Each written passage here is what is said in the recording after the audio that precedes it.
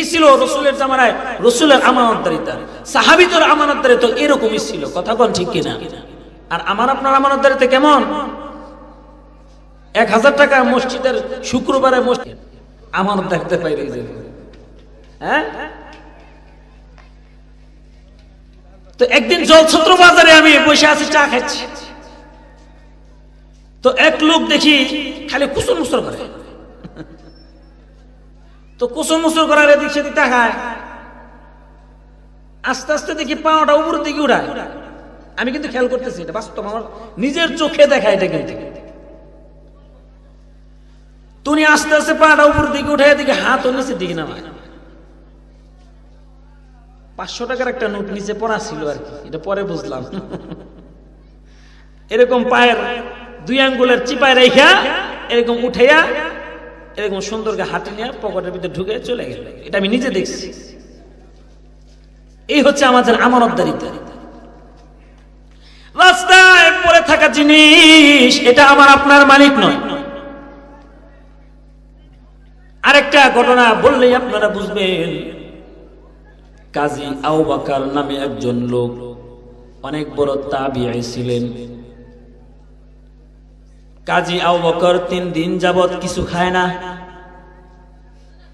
পানি ছাড়া তার জিম্মায় কোনো সম্পত্তি নাই, কোনো খাবার নাই। মক্কার অলিতে গলিতে কাজী আবু বকর পাগলের মতো ঘুরে বেড়ায়। কাজী আবু বকর 3 দিন যাবত কিছু খায় না। হঠাৎ কাজী আবু বকরের সম্মুখে একটা থলে পড়ে আছে। কাজী আবু বকর থলেটা উঠাইলেন, দেখতেছেন থলের ভিতরে, থলেটা খুলে দেখেন এটার ভিতরে একটা হীরার একটা নেকলেস। 3 দিন যাবত কাজী আবু বকর কিছু খায় না। কাজী আবু বকর পেরেশান হয়ে বললেন, মক্কার অলিতে গলিতে ঘুরতেছেন, কাজী আবু বকর ওই নেকলেসটা কার এটা বের করতে পারতেছেন না, প্রমাণ ছাড়া তার দেওয়া যায় না, কথা কোন ঠিক কিনা? তো কাজী আবু বকর নেকলেসটা নিয়ে ঘুরতেছেন, পাগলের মতো মক্কার অলিতে গলিতে ঘুরতেছেন, কিন্তু কোন লোক এই স্বর্ণের নেকলেসটা, হীরার নেকলেসটা কেউ খোঁজেও না, কাউকে কাজী আবু বকর বলেও না। তো 3 দিন যাবত আমি আপনি যদি না খেয়ে থাকি আর রাস্তায় যদি কোনো কিছু পাই, আমি আপনি কি বলবো যে আল্লাহ আসমান থেকে খুশি আমার জন্য পাঠাইছে, কথা কোন ঠিক কিনা? হ্যাঁ, 3 দিন যাবত তো কিছু খাই না, আল্লাহ সন্তুষ্ট হইয়া, রিজিকের মালিক তো আল্লাহ, কথা কোন ঠিক কিনা? তো আল্লাহ তাআলা রিজিক আমার জন্য আসমান থেকে পাঠাইছে যে বান্দা তুই তো 3 দিন যাবত কোনো কিছু খাস না, তো এটা বিক্রি করে তুই বাড়িতে চাউল ডাউল কিনা নিয়ে খা। আমার আপনার ঈমান থাকতো এমন, কথা বলেন ঠিক কিনা? রাগ করতেছেন কি? হ্যাঁ, তো এগুলা ইলম না থাকার কারণে। এগুলা কেন বলতেছি আপনাদের পরে ফিনিশিং বুঝাবো ইনশাআল্লাহ, থাকবেন তো শেষ পর্যন্ত। তো কাজী আবু বকর, এই সাউন্ডটা একটু ক্লিয়ার করা দরকার, লোক অপারেটর ভাই কই? তো কাজী আবু বকর হীরার নেকলেসটা নিয়ে মক্কার অলিতে গলিতে ঘুরতেছে, কোন লোক পায় না। প্রতিমধ্যে দেখতেছে একটা লোক, বৃদ্ধ মানুষ, মক্কার এক প্রান্তে একটা উঁচু জায়গায় দাঁড়াইয়া সে ঘোষণা করতেছে যে একটা নেকলেস, হীরার নেকলেস একটা থলের ভিতরে ছিল, আমি অমুক জায়গা থেকে আসছি, এই নেকলেসটা আমার অত্যন্ত পছন্দের একটা নেকলেস, রাস্তায় পড়ে থাকা জিনিস তোমাদের জন্য হারাম। আমি ঘোষণা করলাম ওই নেকলেসটা যে ফেরত দিবা, এখানে 500 দিরহাম, আরেকটা থলে উনি আরেক হাতে রাখছে, একটা লাল থলে উনি হাতে নিয়ে বলতেছে যে রাস্তায় আমি একটা হীরার নেকলেস, কোটি টাকার একটা হীরার নেকলেস আমার কাছ থেকে হারিয়ে গেছে, কিন্তু তুমি মুসলমান, তোমার জন্য এটা হারাম। কিন্তু 500 দিরহাম দেখো আমার হাতে আরেকটা থলে 500 দিরহামের থলে আমার কাছে আছে, এটা তোমার জন্য হালাল। তুমি যদি ওই কোটি টাকার হীরার নেকলেসটা তুমি আমাকে ফেরত দাও, তাহলে 500 দিরহামের এই স্বর্ণ মুদ্রা আমি তোমাকে হাদিয়া দিব। বলেন না সুবহানাল্লাহ। মূল্যবান কোন জিনিস হারিয়ে গেলে আমরা ঘোষণা করি না যে এই জিনিসটা হারানো গিয়েছে, আপনারা যদি কোনো হৃদয়বান ব্যক্তি পেয়ে থাকেন তাহলে এটা অমুক জায়গায় পৌঁছিয়ে দিবেন, আপনাকে উপযুক্ত পুরস্কার বলি না আমরা। তো কাজী আবু বকর এই সংবাদটা, এই ঘোষণা শোনার পর ওই বৃদ্ধ লোকটার হাতের ভিতরে ধরছে। ওই বৃদ্ধ লোকটার বোঝার বাকি রয় নাই যে আমার সামনে ওই কোটি টাকার হীরার নেকলেসটা মনে হয় এই যুবকটাই পাইছে। লোকটাকে নিয়ে কাজী আবু বকর তার বাড়িতে গেছে, বলতেছে হে মুরব্বী, আপনার যে কোটি টাকার নেকলেসটা হারিয়ে গেছে, ওই নেকলেসটা কেমন ছিল, ওইখানে কিরকম ডিজাইনের ছিল, ওইখানে কি পরিমাণ আপনার ওজনের নেকলেসটা, এটা বর্ণনা আপনি বলেন। প্রমাণ ছাড়া তার দেওয়া যায় না। হ্যাঁ, বৃদ্ধ লোক ঘোষণা করতেছে এই নেকলেসটা ওনার নাও হতে পারে, কথা কোন ঠিক কিনা। তো উনি বর্ণনা দিলেন যে এটার ভিতরে এমন এমন খোদাই করা ডিজাইন আছে, তো এটার ভিতরে এরকম একটা পুঁতি দেওয়া ডিজাইন করা, এটা এত ভরির একটা নেকলেস, এটার এত টাকার দাম এটা। তো কাজী আবু বকর বললেন আপনি আর চিন্তা করবেন না, এই নেকলেসটা আমি পাইছি। সুবহানাল্লাহ বলেন, এই নেকলেসটা পেয়েছি, আপনার টেনশন নাই, আপনি একটু দাঁড়ান, আমি ঘর থেকে একটু আসি।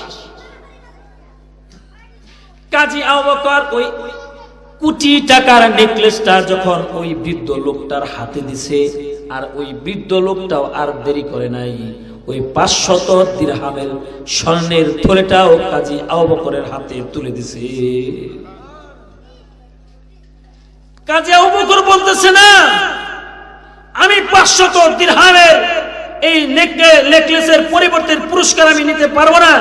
আমি যদি তোমার কাছ থেকে এই পুরস্কার নেই, আদালতে কিবরিয়ার দরবারে আল্লাহ পাক রব্বুল আলামিন যখন কিয়ামতের ময়দানে যেরকম রব্বে করিম বলছেন যে এই আমানতদারিতার পুরস্কার স্বয়ং আল্লাহ তাআলাও দিবেন, আমি তোমার কাছ থেকে এই পুরস্কার নিয়া আর রব্বে করিমের কাছ থেকে পুরস্কার এটা আমি হারাইতে চাই না।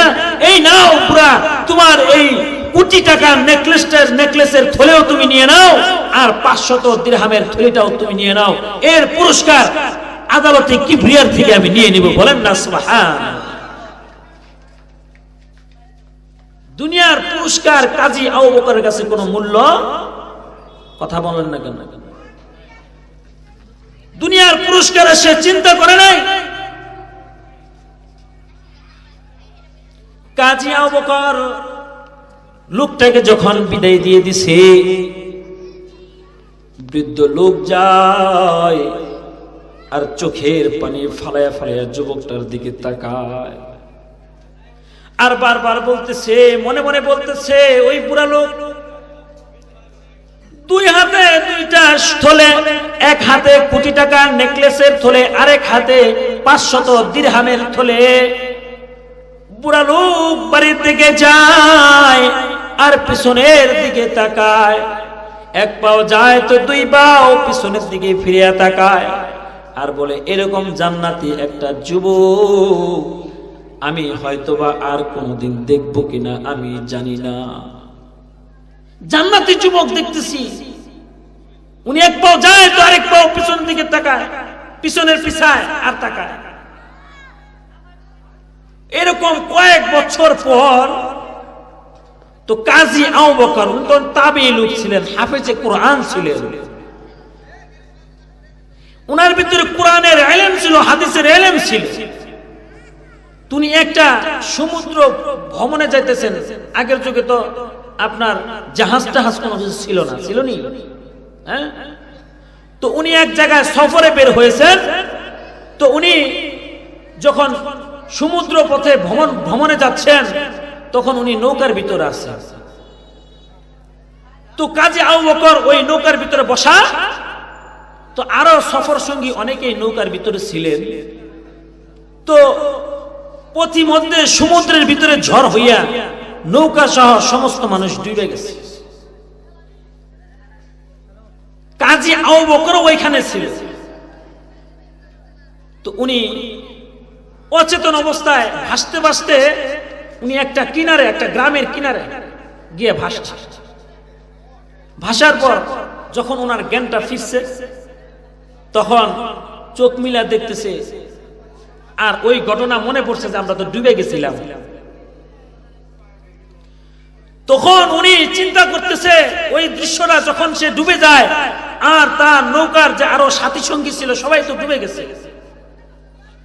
তো উনি দেখতেছে উনার পাশে আর কোন তার সাথী সঙ্গী নাই। উনার তো বুঝারও বাকি নাই, ভাবতেছে হয়তোবা আমি একাই জীবিত আছি। তখনকার পরিস্থিতি কিরকম হতে পারে চিন্তা করেন। কাজী আবু বকর শুয়ে শুয়ে আর উঠে বসতেছে না, চতুর্দিকে তাকাইতেছে আমি কোন জায়গায় আসলাম, চিনে না তো আর।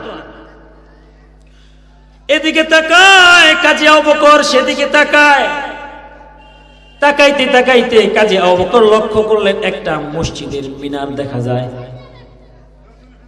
তো কাজী আবু বকর ভাবলেন যেহেতু মসজিদের মিনার দেখা যায় তাহলে এটা একটা মুসলিম জনপদ।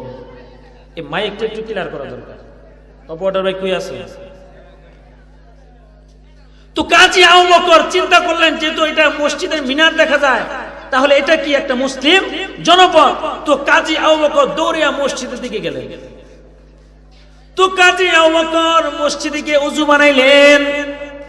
ওযু বানাইয়া কাজী আবু বকর মসজিদের ভিতরে প্রবেশ করলেন। কাজী আবু বকর হাফেজে কোরআন মানুষ, 2 রাকাত সালাতুশ শুকরের নামাজ পড়লেন। কেন নামাজ পড়লেন? কারণ কাজী আবু বকর মৃত্যুর হাত থেকে আল্লাহ তাআলা ওনাকে বাঁচাইছেন, সেজন্য কাজী আবু বকর সালাতুশ শুকরের নামাজ আদায় করলেন। কাজী আবু বকর সালাতুশ শুকর নামাজ আদায় করার পর কাজী আবু বকর মনের আনন্দে মনের খুশবু মিশাইয়া কাজী আবু বকর হাফেজে কোরআন তেলাওয়াত শুরু করে দিলেন। কাজী আবু বকরের কোরআন তেলাওয়াত শোনার পর আশেপাশের লোকজন, পুরা মসজিদের এরিয়াটা লোকজনে ভরে গেছে। মসজিদের চতুর্পাশের লোকের অভাব নাই। কাজী আবু বকর উনি একজন তাবেঈ লোক ছিলেন, উনি একজন বুজুর্গ লোক ছিলেন। যখন উনি মৃত্যুর হাত থেকে নিশ্চিত উনি বাঁচলেন, সেই শুকরিয়া স্বরূপ 2 রাকাত নফল নামাজ আদায় করার পর মনের মাধুর্য দিয়া উনি কোরআন তেলাওয়াত করতেছেন। কারণ কোরআন তেলাওয়াত করা মানে রবের সাথে যোগাযোগ করা। কথা বলেন ঠিক কিনা? তো কাজী আবু বকর কোরআন তেলাওয়াত করতেছেন।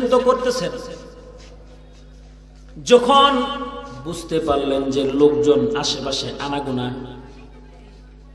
তো আমি যদি এখানে আপনার নামাজ পড়ি কিংবা কোরআন তেলাওয়াত করি ওইদিক ফিরা, তো আপনারা যদি এখানে 10-15 জন 20-25 জন লোক কানাঘোষা করেন, কানে আওয়াজ যাবনি?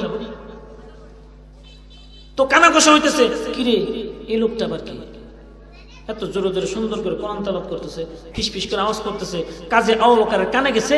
তো কাজী আবু বকর ভাবলেন তাহলে এখানে লোকজন কি হয়েছে, জমায়েত হয়েছে। তো কাজী আবু বকর কোরআন তেলাওয়াতটা থামাইয়ে দিলেন।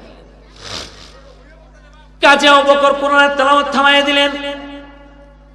কোরআন এমন একটা কিতাব যে কোরআন তেলাওয়াত করলে রব্বে করিম তার আমলনামায় 10টি করে নেকি বান্দার আমলনামায় দিয়ে দেন। বলেন না সুবহানাল্লাহ। আল্লাহ রাসূল সাল্লাল্লাহু আলাইহি ওয়াসাল্লাম বলেন, খায়রুকুম মান তাআল্লামাল কুরআনা ওয়া আল্লামাহু,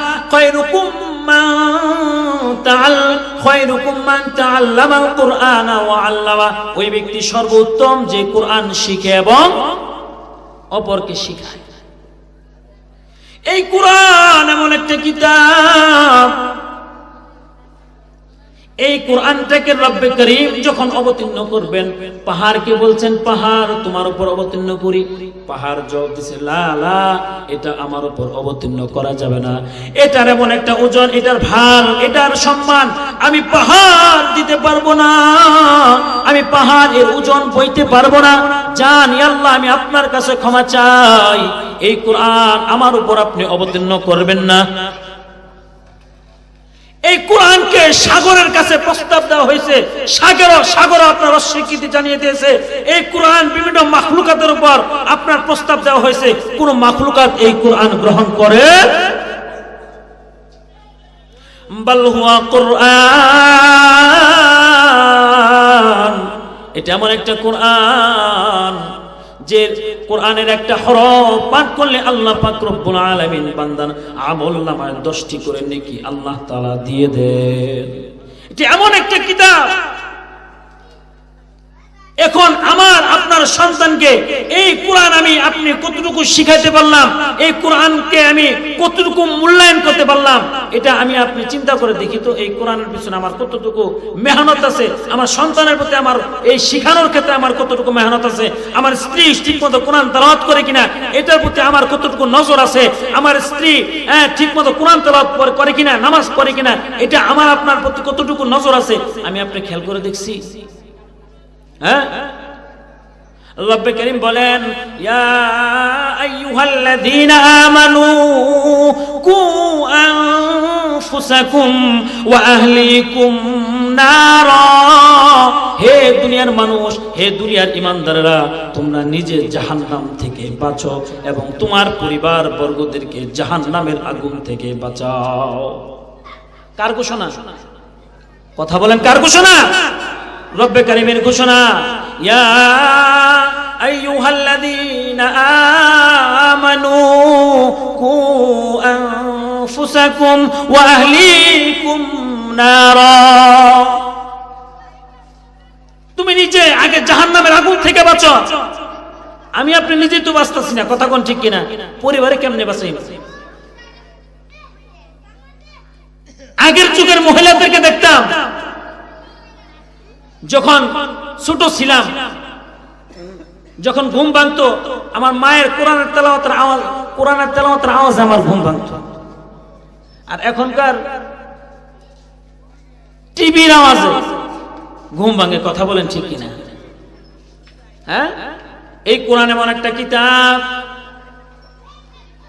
বাল হুয়া কুরআনুম মাজিদ ফি লাওহিম মাহফুজ। এই কোরআন এমন একটা কিতাব, এটা এমন একটা কিতাব যেটা মানব জাতির হেদায়েতের জন্য যথেষ্ট। বলেন না সুবহানাল্লাহ। এই কোরআন তেলাওয়াত যারা করবে কবর হাসর ময়দানে এই কোরআন তাকে বাঁচাবে।